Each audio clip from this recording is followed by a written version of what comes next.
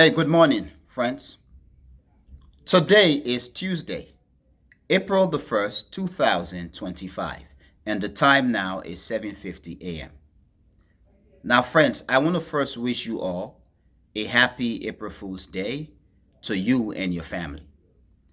However, friends, today I want to talk briefly about Somalia or Somaliland. Now, friends, this is the first video of Somalia or for Somalia or about Somalia. Now, friends, if this is your first time watching the Echoing Voice, okay, watching videos about this channel or from this channel or on this channel, this is how the channel is set up. Every international institution does have a playlist on this channel. Also, friends, every country in the world has at least two playlists. One is domestic, the country's name, and the other is the country's name. This is how it works. The country's name playlist will feature videos, talks, programs, or ideas specifically about the country's interaction with other countries in its region and around the world.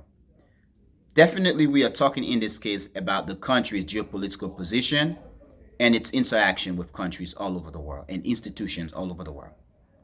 However, for the domestic, the country's name playlist, that playlist contains videos, programs, talks, or ideas that focus specifically on the country's domestic situation. Whether we are talking about economics, infrastructure, finance, unemployment, societal issues, and so on and so on and so on.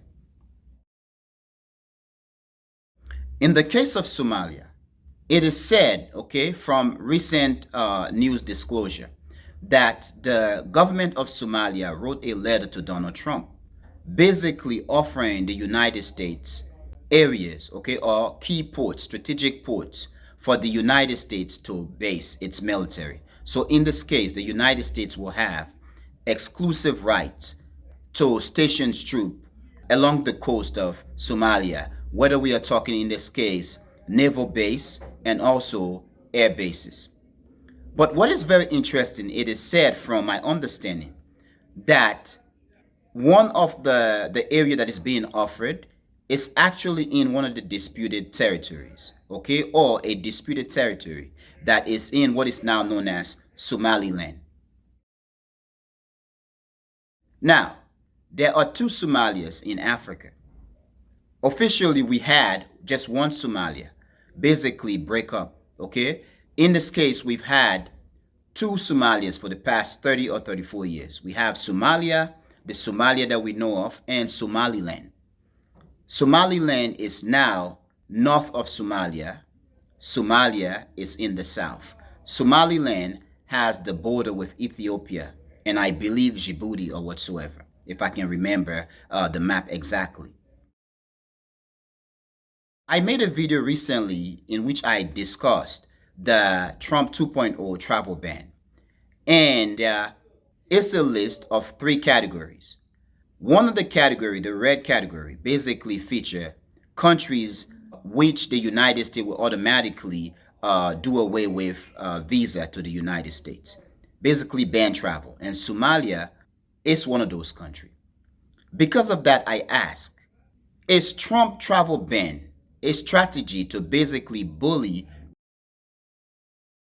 In this case, we are talking about African countries, to basically force them to subjugate themselves or to be subjugated by the United States, to force them to capitulate to the United States in various ways. That could be the case, basically threatening Somalia.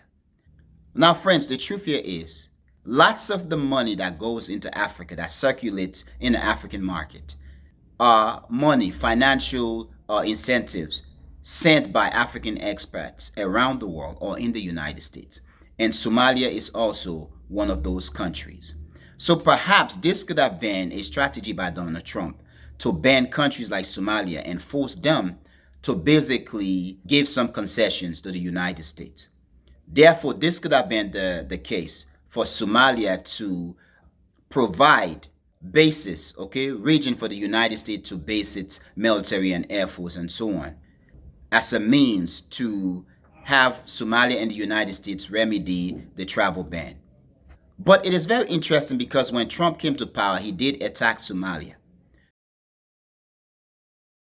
So now, friends, between both Somalias, what is being argued is that Somalia is making such concessions or offering the United States ports, okay, in Somalia or in Somaliland as a means to gain the United States support to prevent Somaliland from becoming a country of its own, an independent country.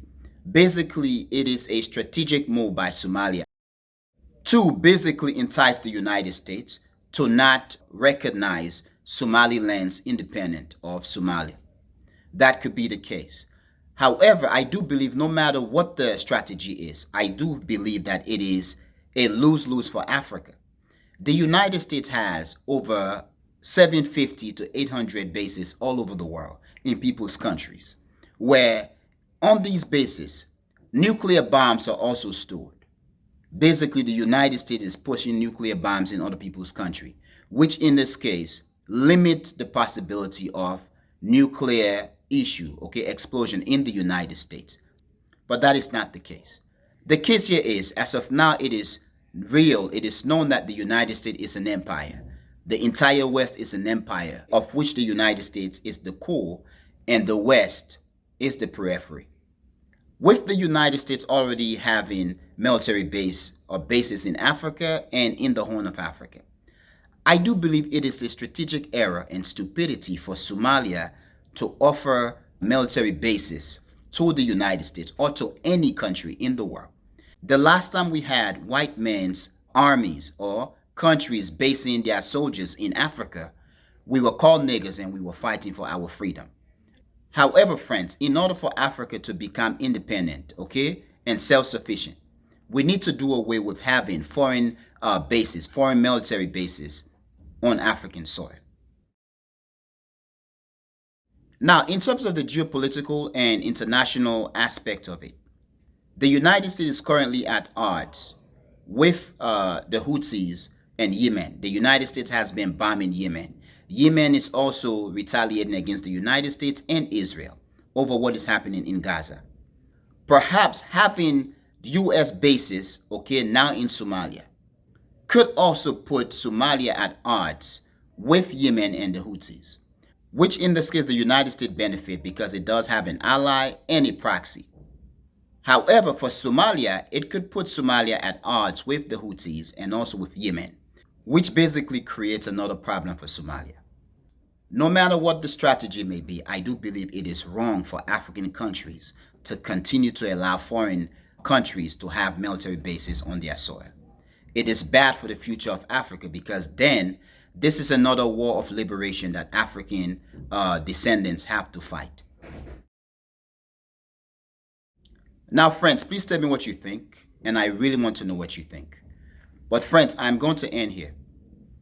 I want to thank you for being a member of the Echoing Voice community, my friends. But most especially and most importantly, friends, I want to thank you a lot for watching the Echoing Voice. Peace.